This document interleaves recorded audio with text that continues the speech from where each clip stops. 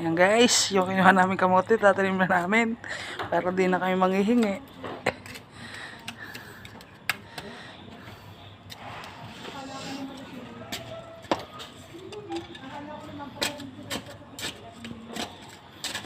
Ito yung pag nang mahal ko magtanim.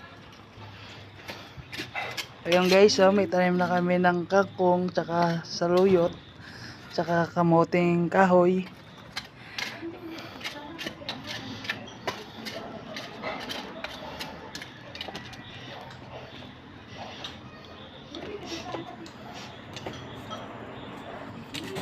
Hindi sumibol yung ano namin guys. Hindi sumibol yung tinanim namin okra, kanayata ng langgam.